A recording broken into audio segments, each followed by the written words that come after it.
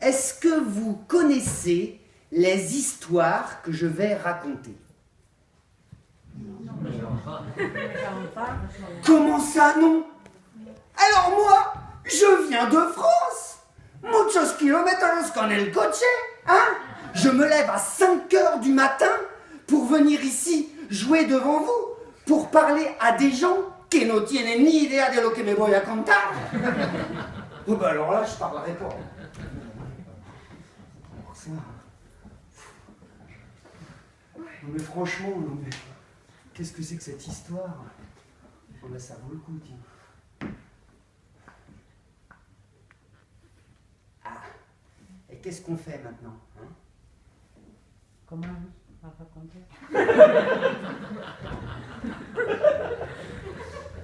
D'accord, d'accord, c'est bien parce que c'est vous, je vais vous laisser une autre chance. Alors, on oublie, on va reprendre tout au début, d'accord? Comme si c'était le début du spectacle. Cette fois-ci, je pense que vous avez compris ce qu'il faut répondre. Alors, on reprend, hein. Donc, je fais Anna,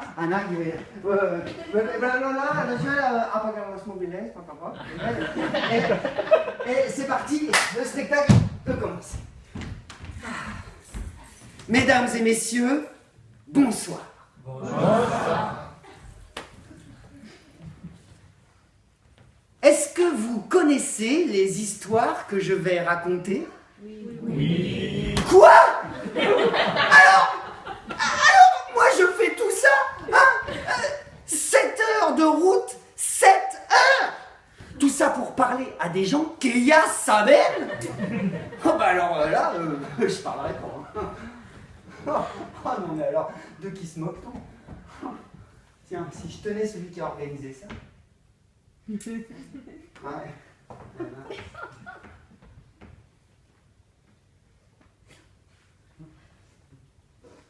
Alors on fait quoi maintenant? Hein? C'est ce que vous voulez. Ah! Eh ben on attend.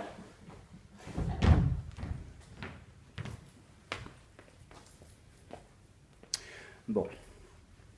Je vous donne une dernière chance, d'accord? On oublie tout, on reprend tout au début, mais cette fois-ci, on va partager la salle en deux. Tous ceux qui sont de ce côté-là, vous répondrez oui. Tous ceux qui sont de ce côté-là, vous répondrez non. En même temps, hein, à mon signal, comme ça, on verra bien. D'accord? Ok, alors, donc, on est au début, Anna qui dit, por favor, no pagar los móviles, et c'est parti. Allez. Mesdames et messieurs, bonsoir. Bonsoir.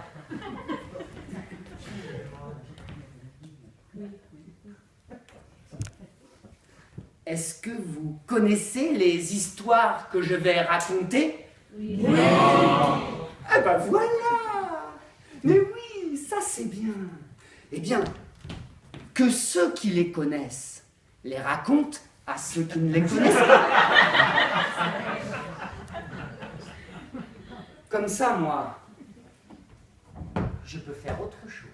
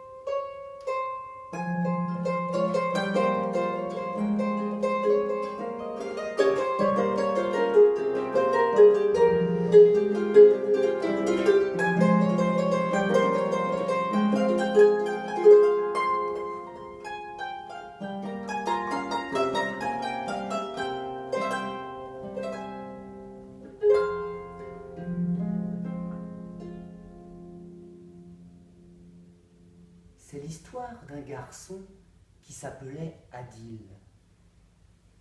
Adil vivait avec son père et sa mère dans un pays de désert, un pays sec. Un pays tellement sec que dans ce pays-là, on ne buvait pas d'eau porque ni siquiera el agua estaba mojada. Un pays tellement sec que dans ce pays-là, la pluie, la lluvia, la pluie ne tombait pas, la pluie montait. Un pays tellement sec que dans ce pays-là, on ne racontait pas d'histoire. Parce que dès qu'on commençait à parler, la langue devenait toute dure comme un bout de bois dans la bouche. Et dans ce pays sec, le papa d'Adil gardait des chèvres et des moutons, et c'était pas très amusant. Alors, il a tendu l'oreille, et en tendant l'oreille, il a entendu parler d'un pays beaucoup plus vert, où il y avait beaucoup plus d'eau, de pluie, de neige, même des inondations parfois. Espagne. Alors il a décidé d'emmener toute sa famille en Espagne. Ils ont voyagé longtemps. Vous savez, dans les cuentos de hadas, c'est toujours 7 jours et 7 nuits. Alors, ils ont voyagé 7 jours et 7 nuits, et ils sont arrivés à Madrid, capitale. Et là, le papa d'Adil, la première chose qu'il a fait, c'est d'aller à l'Oficina de Turismo. Parce qu'il en avait assez des chèvres et des moutons, il avait une nouvelle idée, il voulait faire pousser du blé, trigo.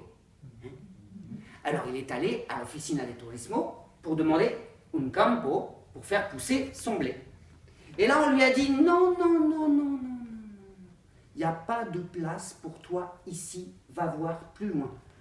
Comment un petit champ, même un petit... Non, no sabes que vamos a construir aquí y Uro Vegas. Va voir plus loin. Bon, il est allé voir plus loin, et plus loin, on lui a dit non, il n'y a pas de place pour toi ici, va voir plus loin.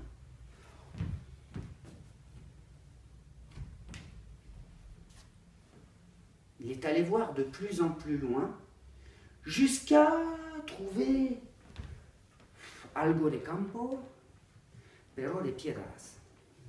Et là, on lui a dit, si tu veux, c'est pour toi. Regalo. Fais ce que tu veux. Le papa d'Adil a dit, d'accord. Alors, il a installé sa famille dans le village voisin, et le premier matin de mon histoire, il est arrivé dans son champ avec la ferme intention de ramasser toutes les pierres. Il a pris une première pierre, et là, il y a une petite voix qui a dit « Qu'est-ce que tu fais ?»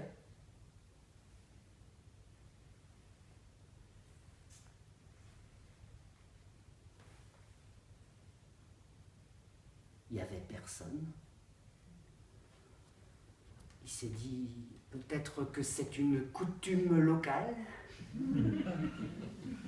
Dans ces cas-là, il vaut mieux répondre quand même. Alors, je suis dans mon champ et je ramasse les pierres. Et la petite voix a répondu, attends, je vais t'aider. Et boum, un gnomo, un fradet est sorti de la terre. Et il est venu ramasser les pierres avec le papa d'Adil. Mais quand on travaille avec un fradet comme un gnomo, on travaille plus vite que tout seul. Et à la fin de la journée, il n'y avait plus une seule pierre dans le champ. Bon, le lendemain, le papa d'Adil est revenu dans son champ avec sa charrue, con su arado, avec la ferme intention de labourer le champ. Il a commencé à pousser la charrue, et là, il y a une petite voix qui a dit « Qu'est-ce que tu fais ?» Eh bien, mon champ est propre, je laboure. Et la petite voix a répondu, attends, on va t'aider. Et poup, poup, dos gnomos. 2 fradets sont sortis de la terre. et ils sont venus et ils ont poussé la charrue avec le papa d'Adil. Mais quand on travaille avec 2 Fradets, on travaille plus vite que tout seul. Et à la fin de la journée, le champ était entièrement labouré. Bon. Le lendemain matin, le papa d'Adil est revenu dans son champ, comme una bolsa, avec un sac plein de grains de blé, avec la ferme intention de semer le blé. Il a pris une première poignée de grains, et là, il y a une petite voix qui a dit « Qu'est-ce que tu fais ?»« Eh bien, mon champ est propre, il est labouré, je sème. » Et la petite voix a répondu « Attends, on va t'aider. » Et pop, pop, pop, pop, pop, pop, pop, dies gnomos. 10 Fradets sont sortis du sol et ils sont tous venus et ils ont pris des poignées de blé qu'ils ont comme ça jetés. Ils s'en sont mis plein la figure. Ils se sont amusés comme des petits fous. Mais quand on travaille avec 10 Fradets, on travaille plus vite que tout seul. Et à la fin de la journée, tout le blé était semé. Bon, là, le papa d'Adil est rentré chez lui. Il s'est installé sur sa terrasse, con una caña, pinchos, et il a attendu. Eh bien oui, il y a des choses pour lesquelles il faut que le temps travaille.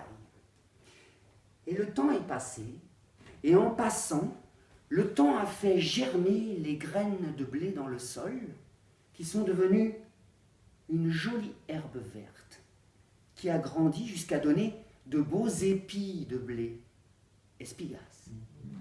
Des beaux épis de blé qui sont devenus bien dorés, qui ont mûri au soleil. C'est à ce moment-là que le papa d'Adil est venu voir son fils et qu'il lui a dit « Adil, hijo mío »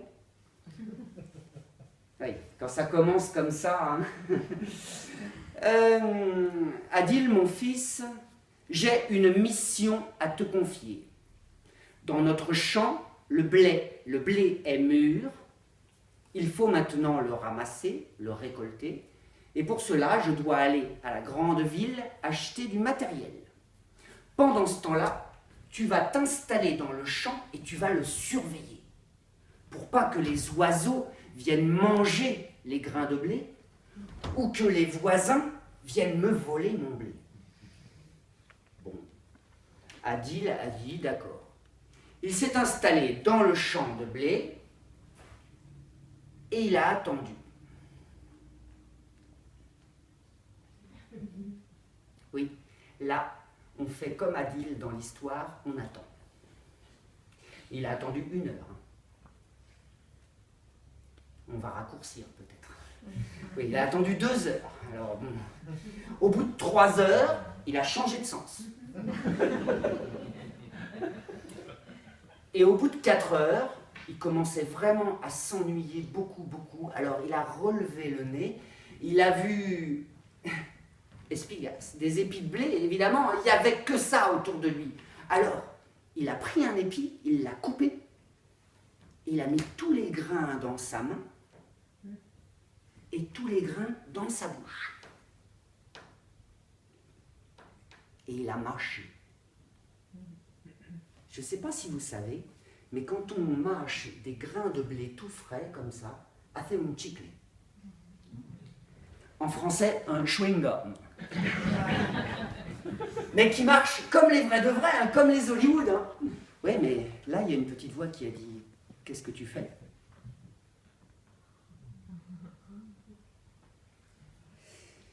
C'est que le papa d'Adil ne lui avait pas parlé des Fradets. Il a regardé partout autour de lui, il était tout seul, il n'y avait personne. Alors, il s'est dit peut-être que c'est une coutume locale. Dans ces cas-là, il vaut mieux répondre quand même. Alors, voilà, je suis dans le champ de mon papa et j'ai coupé un épi de blé pour me faire un chewing-gum. Et là, la petite voix a répondu, attends, on va t'aider. 1000 gnomos. 1000 Fradets sont sortis de la terre. Ils sont tous venus et ils ont coupé des épis de blé pour se faire des chewing-gums. Ils ont mâché comme ça leur chewing-gum, puis ils ont fini par réunir tout leur chewing-gum en un gros chewing-gum qu'ils ont mâché de tous les côtés comme ça, et ils se sont mis à souffler dedans tous ensemble. Ça a fait un énorme ballon marron qui est monté au-dessus du champ de blé où il n'y avait plus un seul épi debout. Évidemment, c'est à ce moment-là que le papa d'Adil est arrivé de la ville avec ses outils. Quand il a vu le désastre, il a compris tout de suite. Il n'a rien dit. Il a attrapé Adil, il lui a collé une fessée. Et là, il y a une petite voix qui a dit « Qu'est-ce que tu fais ?»« Eh bien, mon champ est dévasté. Je donne la fessée à mon fils. » Et la petite voix a répondu « Attends, on va t'aider. » 100 000 Fradets, 100 000 gnomos sont sortis de la terre. Ils sont tous venus et ils ont donné la fessée à Adil.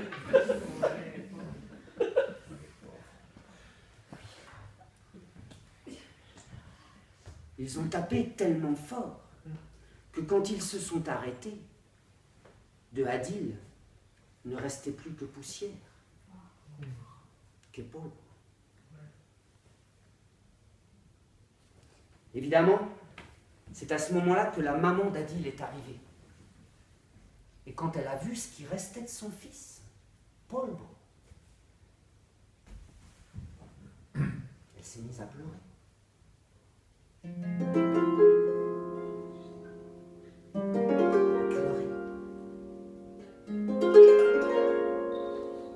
Mais là, il y a une petite voix qui a dit « Eh bien, mon fils est mort, je pleure. » Et la petite voix a répondu « Attends. »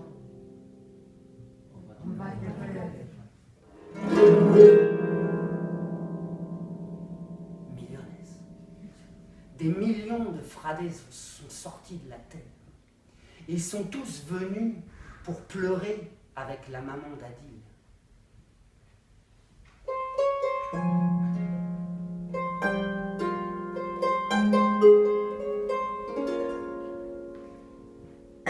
Et des millions de Fradets qui pleurent, ça fait beaucoup de larmes, ça fait beaucoup d'eau.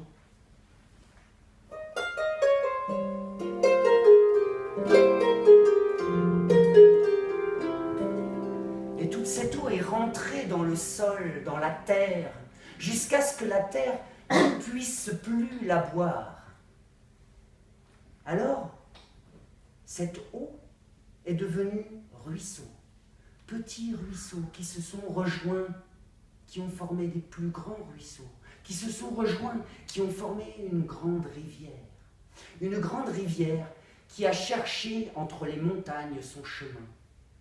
Une grande rivière qui a cherché un chemin entre les montagnes jusqu'à trouver un endroit pour pouvoir enfin se reposer.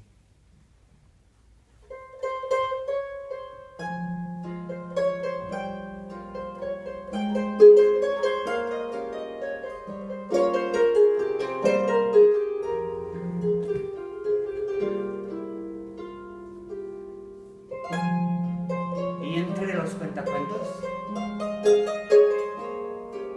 algunos dicen que así nació el mar Mediterráneo.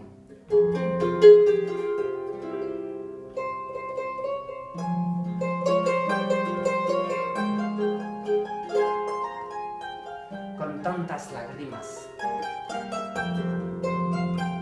de los inmigrantes.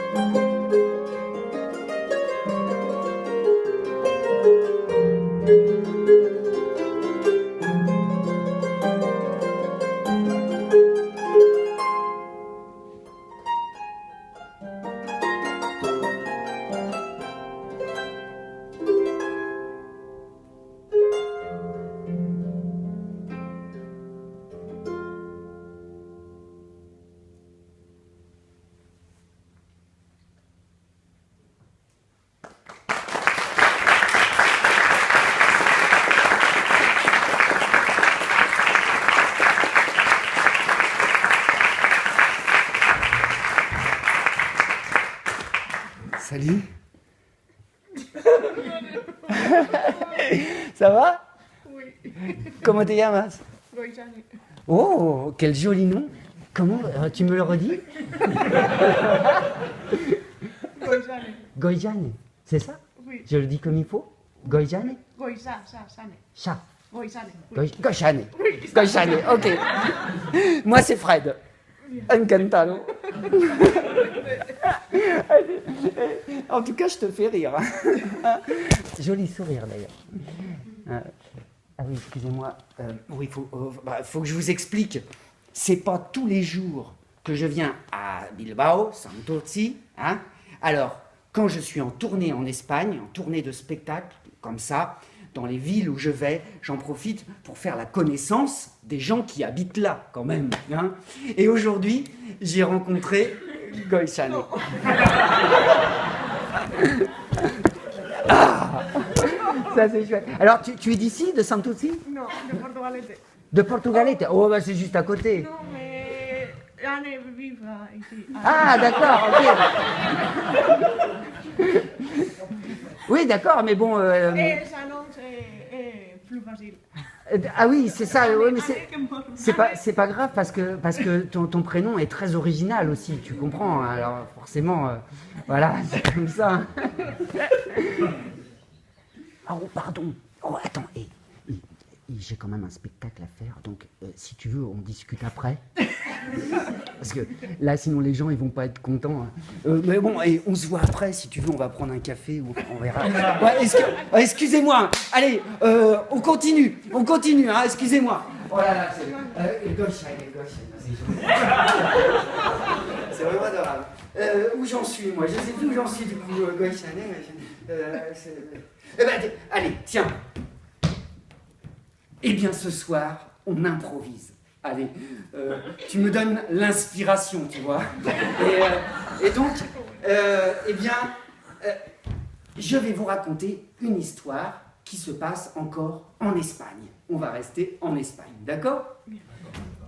Une histoire qui se passe en Granada, à Grenade la magnifique, aux temps anciens où les trois principales religions d'Occident s'entendaient à merveille. Il y avait à Grenade trois amis, Ali, Saúl et José. C'étaient les meilleurs amis du monde. Ali était imam. Et lorsqu'il parlait dans la mosquée, c'était toujours pour dire à ses frères musulmans « Vivez, vivez mes frères en paix avec les juifs et les chrétiens ». Saúl était rabbin. Et quand il parlait dans la synagogue, c'était toujours pour dire aux juifs « Vivez, vivez mes frères juifs en paix avec les musulmans et les chrétiens ». Vous avez compris, José était... Voilà, donc il était curé. Et quand il parlait dans l'église, c'était toujours pour dire à ses frères chrétiens « Mes frères chrétiens, vivez, vivez en paix avec les juifs et les musulmans ». José, Ali, Saúl étaient les meilleurs amis du monde et ils avaient l'habitude de se retrouver pour dîner une fois par semaine. Ils avaient choisi le mardi parce qu'aucun dieu n'a jamais parlé du mardi. Comme ça, c'est pratique, on fait ce qu'on veut. Et donc, mon histoire commence un mardi soir. Un mardi soir où c'est le tour de José d'accueillir chez lui ses amis Ali et Saúl. Mais ce jour-là, José a décidé de bousculer un peu les habitudes et de faire un dîner, eh bien, un peu original. Bon, ding dong, ah, on sonne. Ah, mes amis, vous voilà. Alors, Ali, comment vont mes frères musulmans? Hein? Ils ont de la pluie, oui, et bah tu vois les chrétiens aussi. Et Saúl, mes frères juifs, ils ont chaud. Ah oui, c'est déjà le printemps, et bah tu vois pour les chrétiens aussi. C'est bien signe qu'on a le même Dieu. Allez, entrez dans ma maison, on va dîner, on va être heureux. Et c'est ce qu'ils font. La soirée commence, l'eau est fraîche, les olives sont savoureuses, et tout se passe bien jusqu'au moment où José apporte una botella de tinto. Ah non, pas pour moi, dit Ali. Comment, mon frère? Tu ne bois pas de vin? Ah oui, c'est vrai, j'oubliais. Tu religion te lo prohíbe. Quel dommage. Ah. Mais mon ami Ali, si tu ne bois pas de vin, tu passes à côté d'un grand plaisir de la vie. Surtout en Espagne, hein, quand même, avec tous ces bons vins de la Rioja, les Ribera de Duero, les... Oh là là là là. Mon ami Ali, si tu ne bois pas de vin, tu ne sais rien de la vie. Tu ne sais rien de la vie. Excusez-moi, petite parenthèse. Grishan, tu peux peut-être m'aider, parce que, oui, voilà, quand je viens en Espagne, j'en profite aussi pour apprendre un peu castellano. Hein. Donc, alors, tu ne sais rien de la vie. Comment on dirait ça, en castellano? En castellano? Non, tu sais pas? Alors voilà, on va demander, les autres vont m'aider. Monsieur. No sabes nada de la vida. No, despacio, por favor.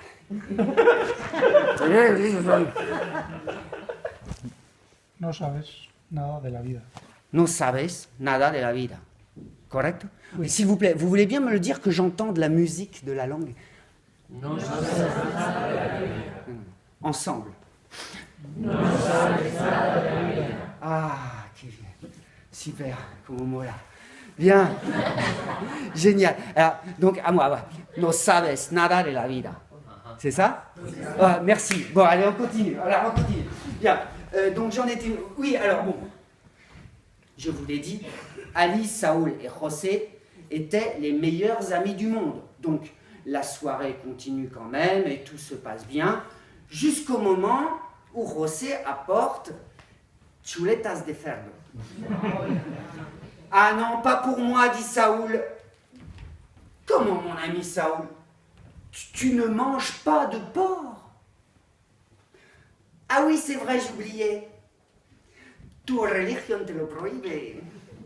Quel dommage! Ah, mais mon ami Saoul, si tu ne manges pas de porc, tu passes à côté d'un grand plaisir de la vie. Hein? Hey, surtout en Espagne, quand même, con todos esos embutidos, de la pata negra, et quand même. Mon ami Saoul, si tu ne manges pas de porc, tu ne sais rien de la vie. No sabes nada de la vida. Bon, Ali, Saoul et José étaient les meilleurs amis du monde. Donc, la soirée continue et tout se passe bien jusqu'au moment où Ali se lève et prend son manteau. Saoul se lève et prend son manteau. Mais comment, mes amis? Mais vous n'allez pas partir déjà?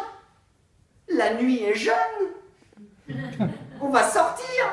Vamos a por la marcha. Hein, on va faire la fête. Ah non, dit Ali. Désolé, mais moi, je rentre chez moi. Ma femme m'attend. Saoul dit, désolé, moi aussi, je rentre chez moi. Ma femme m'attend. Comment, mon ami José? Tu n'as pas de femme? Ah oui, c'est vrai, j'oubliais. Tu religion te lo prohíbe.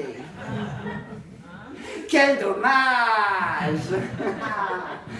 Ah, mon ami José, si tu n'as pas de femme, tu passes à côté d'un grand plaisir de la vie. Mon ami José, si tu n'as pas de femme...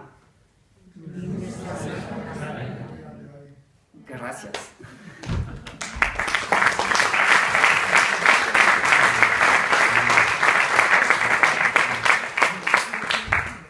J'ai encore une autre question.